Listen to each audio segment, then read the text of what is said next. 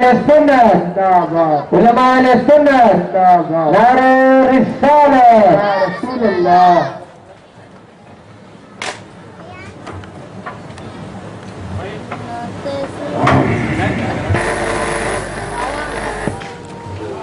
عزیزان ملت اسلامیہ السلام علیکم ورحمۃ اللہ وبرکاتہ.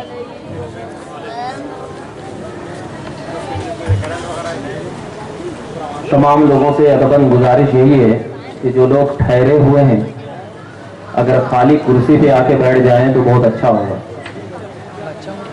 کیونکہ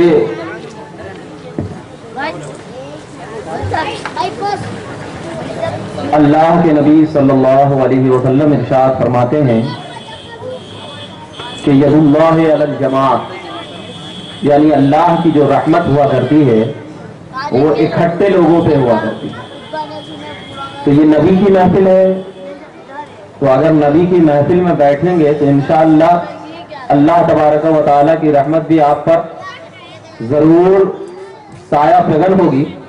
اور جب اس رحمت کے صدقے میں آپ بیٹھ کر میلاد النبی کا جلسہ سنیں گے تو ایک رحمت خدا بندی اور ایک عظمت مصطفیٰ جب دونوں میں مل جاتی ہے تو دونوں جب ایک ساتھ ملتی ہے تو 11,000 کا بالکل ایک دم پاور والا کرنٹ جب کسی سنی کے دل و دماغ میں پہنچتا ہے تو وہ سنی صرف 424 میں نہیں بلکہ 11,000 سے ڈائریکٹ ٹرانسفارمر سے جب اس کے سینوں میں عظمت مصطفیٰ کی چراغ جلتے ہوئے وہ سنی جس گلیوں سے گزرتا ہے تو کہتا ہے نہیں ہٹ جا، یہ کوئی اور نہیں بلکہ عظمت مصطفیٰ اور رحمت خداوندی کا چراغ لیے جا رہا ہے. اس لیے آپ بیٹھیں گے اور بیٹھنے کے ساتھ ساتھ جب آپ کے ذہن و دماغ میں نبی کا عشق اور خدا کی وحدانیت جب ایک ساتھ جمع ہو جائے گی تو انشاءاللہ سنانے میں بھی مزہ آئے گا اور سننے میں بھی مزہ آئے گا. اور دوسری چیز یہ جو بچے ہیں ذرا آپ لوگ اٹھنا اور بیٹھنا بند کر دیں، یا تو آپ سیدھا اٹھ کے چلے جائیں یا ایک دم بالکل بیٹھ جائیں. بیچ میں اٹھنا اور بیٹھنا اچھا نہیں ہے، ٹھیک ہے؟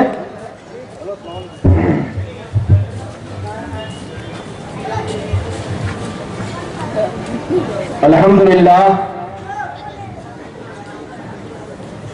الحمدللہ الذی ابدع الافلاک والارضین والصلاة والسلام علی من کان نبی وآدم بین الماء والطین وعلی آلہ وصحابہ اجمعین. اما بعد، قال اللہ تبارک و تعالی فی القرآن المجید والفرقان الحمید اعوذ باللہ من الشیطان الرجیم بسم اللہ الرحمن الرحیم وما ارسلناک الا رحمتا للعالمین. صدق اللہ مولانا العظیم وبلغنا رسولہ النبی الامین المتین الکریم ونحن علی ذلک لمن الشاہدین والشاکرین والحمد للہ رب العالمین. سبحانک لا علم لنا الا ما علمتنا انک انت العزیز الحکیم. آئیے سب سے پہلے ہمارا آپ دونوں عالم کے مالک و مختار سید الابرار ہم شفیع روز شمار دونوں عالم کے آقا مالک و مولا غیب داں نبی ہم سب کے داتا حضرت محمد مصطفیٰ صلی اللہ علیہ وسلم کی بارگاہ بے کس پناہ میں ہدیہ درود نچھاور کریں اور بآواز بلند پڑھیں اللہم صلی علی سیدنا و شفیعنا حبیبنا مولانا محمد مبارک وسلم. صلاۃ و سلاما علیک یا رسول اللہ، صلاۃ و سلاما علیک یا حبیب اللہ صلی اللہ تعالی علیہ وسلم. اعلی حضرت مجدد دین و ملت الشاہ احمد رضا خان فاضل بریلوی علیہ الرحمت والرضوان ہم سنیوں پر احسان کرتے ہوئے ایک شعر میں پورے میلاد النبی کا عقیدہ بتا رہے ہیں. ارشاد فرماتے ہیں یا رسول اللہ زمین و زماں تمہارے لیے زمین و زمان تمہارے لیے، مکین و مکان تمہارے لیے، چنین و چنا تمہارے لیے، بنے دو جہاں تمہارے لیے، بنے دو جہاں تمہارے لیے۔ الحمدللہ میں آپ کے سامنے پہلی بار المدینہ ایجوکیشنل سوسائٹی کے زیر اہتمام جلسہ عظمت مصطفیٰ میں حاضر ہوا،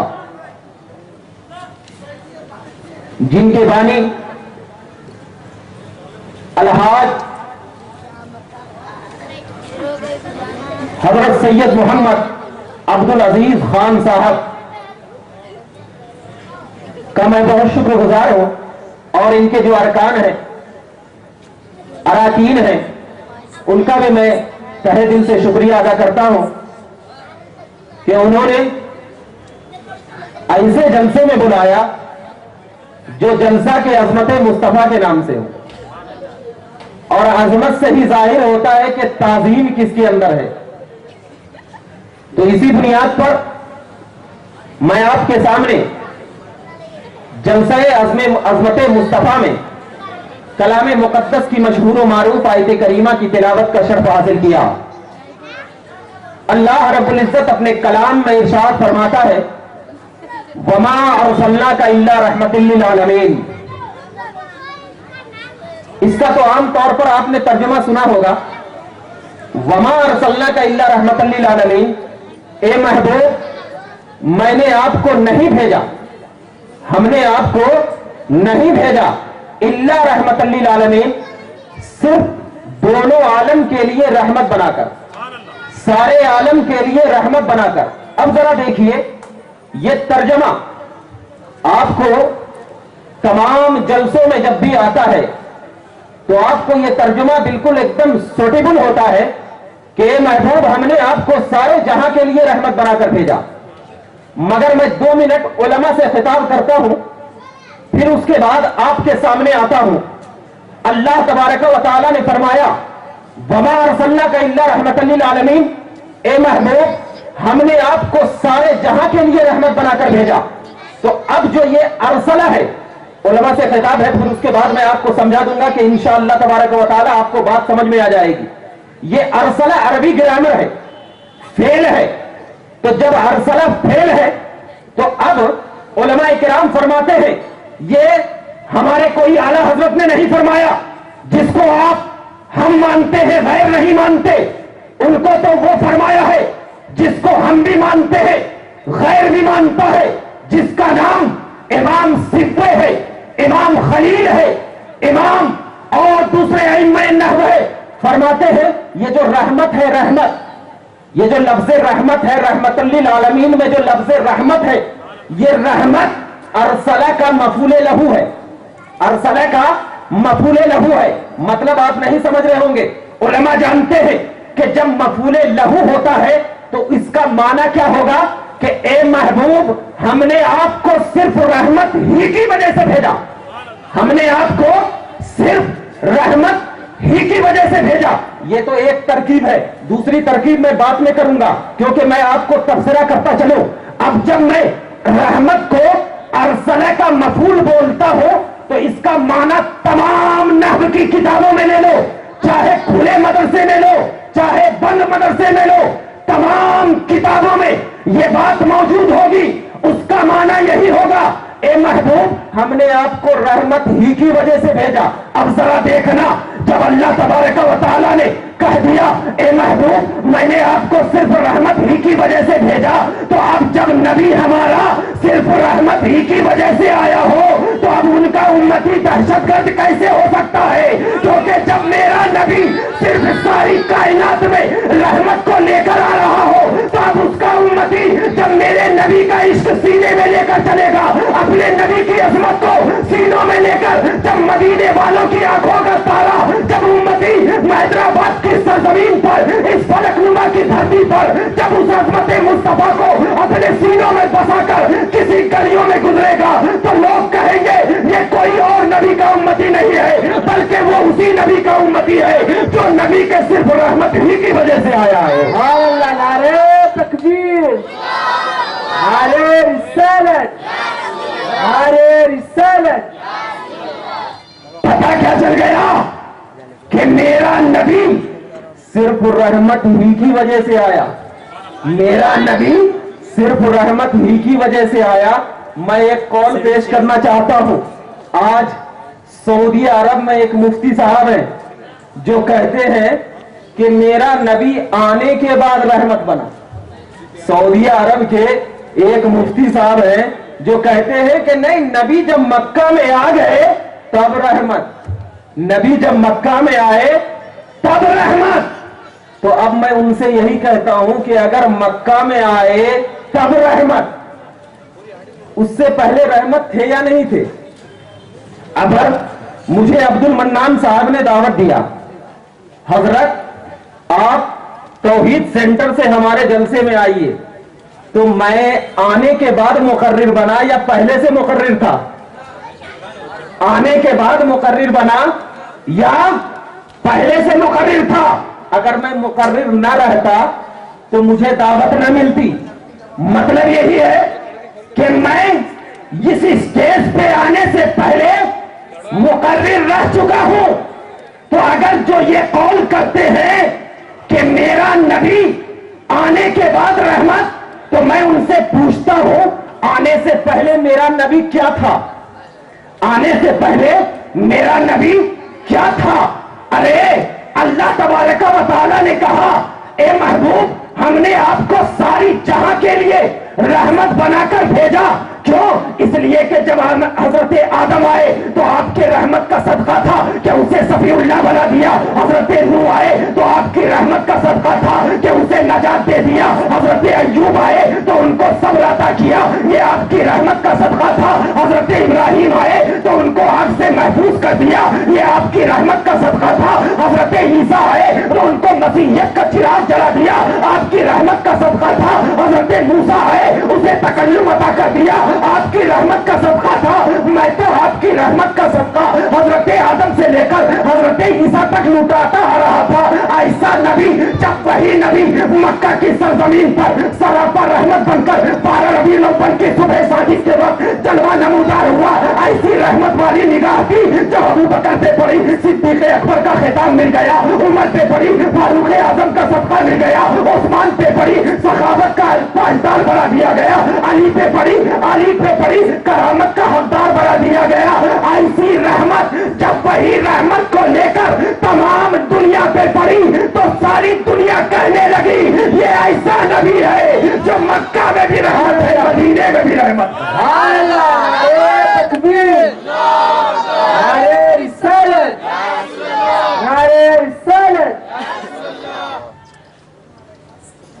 تو اب بتائیے، جب میرا نبی ساری کائنات کے لیے رحمت، میرا نبی ساری کائنات کے لیے رحمت، تو اب اسی رحمت والے نبی کی بات ہے، کسی ایسے کی بات نہیں جو ہم خاموش بیٹھ جائیں گے۔ رحمت والے نبی کی بات، جب رحمت والے نبی کی بات ہو تو یہاں پر بیٹھنے والا بھی رحمت والا ہوگا۔ کیوں؟ اس لیے کہ جو جس کے ساتھ رہتا ہے اسی کی صحبت ملتی ہے۔ اب اگر جو نبی کے ساتھ رہے گا نبی کی صحبت ملے گی۔ اسی لیے ابو بکر ایک صحبت مصطفیٰ میں بیٹھ گئے، صدیق اکبر کا لبادہ ہو لیا گیا، عثمان نبی کی صحبت میں بیٹھ گئے، سخاوت کا تاجدار بنا دیا گیا، عمر نبی کی صحبت میں رہ گئے، فاروق اعظم کا چراغ ان کے سینوں میں جلا دیا گیا، اور علی جب نبی کی صحبت میں رہے ولایت کا سردار بنا دیا گیا۔ معلوم ہو گیا جو صحبت مصطفیٰ سے ملتا ہے کسی اور در سے نہیں ملتا۔ سبحان اللہ، سبحان اللہ۔ کیوں؟ تو وہی رحمت والے نبی کی جب بات کرتے ہیں تو میں خدا سے پوچھتا ہوں، اے خدا، جب اسی رحمت والے نبی کو بھیجا تو بھیجنے سے پہلے سورہ یاسین کی آیت دیکھ، معلوم ہوگا اللہ نے کہا اذا اراد اللہ الشیء ان یقول له کن فیکون۔ جب اللہ نے کسی شے کا ارادہ کیا تو اس سے کہا ہو تو وہ شے ہو گئی، اس سے کہا ہو تو وہ شے ہو گئی۔ اب آپ کو میں بتاتا چلوں، شے کا معنی کیا ہوتا ہے؟ چیز۔ شے کا معنی ہوتا ہے چاہت، شے کا معنی چیز، شے کا معنی چاہت، اور شیئن یہ مصدر ہے اور مصدر کا معنی ہوتا ہے چاہت۔ اسی سے بنا ہے شاء یشیء، اسی سے بنا ہے شاء یشیء۔ جیسے آپ پڑھتے ہیں ان اللہ یرزق من یشاء بغیر حساب، بے شک اللہ جسے چاہتا ہے، یشاء چاہتا ہے، تو اب اسی سے شاء یشیء چاہتا ہے یا چاہے گا، اور اس کا مصدر ہے شیئن یعنی چاہت، اس کا مصدر ہے شیئن یعنی چاہت۔ تو اللہ نے کہا اذا اراد اللہ شیئا، جب اللہ نے ارادہ کیا، کیا ارادہ کیا؟ شیئا یعنی اپنی چاہت کا۔ کیسا ارادہ کیا؟ اس کے بعد کہا کن ہو جا، کن ہو جا، تو اب وہ شے ہو گئی، اب وہ شے ہو گئی۔ تو اب اللہ تبارک و تعالیٰ نے ارادہ کیا، کب ارادہ کیا؟ کب ارادہ کیا؟ میں آپ کو ایک ایگزامپل مثال دیتا ہوں۔ کوئی شخص میرے پاس آیا اور آنے کے بعد کہا مفتی صاحب ذرا آپ میرا امامہ اپنا اٹھا کر مجھے دیجئے۔ تو میں اس سے پوچھا کہ میرا جو امامہ تو لے کر جا رہا ہے اسے رکھے گا کہاں؟ اسے رکھے گا کہاں؟ تو کہے گا گھر میں رکھوں گا۔ میں کہوں گا اگر گھر نہ ہو تب؟ کہا دکان میں رکھوں گا۔ میں کہوں گا دکان نہ ہو تب؟ کہا اسٹیج پہ رکھوں گا۔ میں کہوں گا اسٹیج نہ ہو تب؟ کہا کسی اور گھر میں۔ میں کہوں گا کچھ نہیں، کچھ نہ ہو تب؟ کہاں رکھے گا؟ ساری کائنات میں کچھ بھی نہ ہو تو کہاں رکھے گا وہ چیز کو؟ کہے گا کہیں بھی رکھوں گا بس دے دو۔ میں کہوں گا کہیں نہ ہو تب؟ میں کہوں گا کہیں نہ ہو تب؟ اب ذرا دیکھ، اللہ نے کہا اراد اللہ شیئا، ایک چاہت ہو جا، ایک چاہت ہو جا، تو وہ چاہت ہو گئی۔ تو اب جب وہ چاہت ہو گئی، حدیث کہتی ہے اللہ اکبر کبیرہ اول ما خلق اللہ نوری، سب سے پہلے اللہ نے میرے نور کو پیدا کیا۔ اب میں کہتا ہوں جب نور کو پیدا کیا تو نہ زمین تھی، نہ سما تھا، نہ آسمان تھا، نہ فلک تھا، نہ جنت تھی، نہ دوزخ تھا، نہ مکان تھا، نہ برگ و ثمر تھا، نہ شجر و حجر تھا، نہ ساری کائنات تھا، کچھ بھی نہیں تھا۔ تو میں پوچھتا ہوں اے خدا، جب تو نے نور محمدی کو پیدا کیا تو اس نور محمدی کو رکھا کہاں؟ جب کچھ بھی نہیں تھا، آسمان نہیں تھی، مکان نہیں تھا، زمان نہیں تھا، ساری کائنات میں کچھ بھی نہیں تھا، تو اس نور محمدی کو رکھا کہاں؟ کہاں کس جگہ رکھا؟ تو اللہ تبارک و تعالیٰ کہے گا اس نور محمدی کو میں نے اپنے قرب خاص میں رکھا، میں نے قرب خاص میں رکھا۔ اب جب قرب خاص میں رکھا تو اس قرب خاص میں رکھ کر کے کیا کیا؟ قرب خاص میں رکھ کر کے کیا کیا؟ تو علامہ امام جلال الدین سیوطی علیہ الرحمت والرضوان اپنی کتاب عمل المولد میں ارشاد فرماتے ہیں کہ قرب خاص میں جب اللہ نے رکھا تو نہ زمین تھی، نہ سما تھا، نہ فلک تھا، نہ سما تھا، نہ سورج تھا، نہ چاند تھا، نہ ستارے تھے، نہ شجر تھے، نہ برگ تھے، نہ ثمر تھے، کچھ بھی نہیں تھا۔ اللہ نے اپنے قرب خاص میں اس لیے رکھا کہ اے چاہت میں تجھے دیکھوں، تو مجھے دیکھتی جا، اسی میں ساری چاہت ہوتی چلی جائے۔ سبحان اللہ، نعرہ تکبیر، نعرہ رسالت۔ تو جب کچھ بھی نہیں تھا اس وقت میرے نبی کا نور پیدا ہو چکا تھا، اس وقت میرے نبی کا نور پیدا ہو چکا تھا۔ اور ایک چیز میں بتاتا چلوں، اللہ نے کیا فرمایا؟ کن، اور کن جو ہے یہ فعل امر ہے۔ فعل امر کا مطلب یہ ہوتا ہے یعنی میں کوئی شخص آیا، آنے کے بعد کہا اے بھائی ذرا ادھر آ، اور اس کا لہجہ اگر کوئی غیر ہو اے ادھر آئیے، اور اگر کوئی حبیب ہو تو اس کو کیا بولیں گے؟ ذرا تشریف لائیے۔ یہی تو لہجہ ہوتا ہے نا۔ اب جب لہجہ یہ ہوگا، اللہ نے کہا کن، اللہ نے کہا کن، تو صوفیہ کرام اس کا معنی کیا نکالتے ہیں؟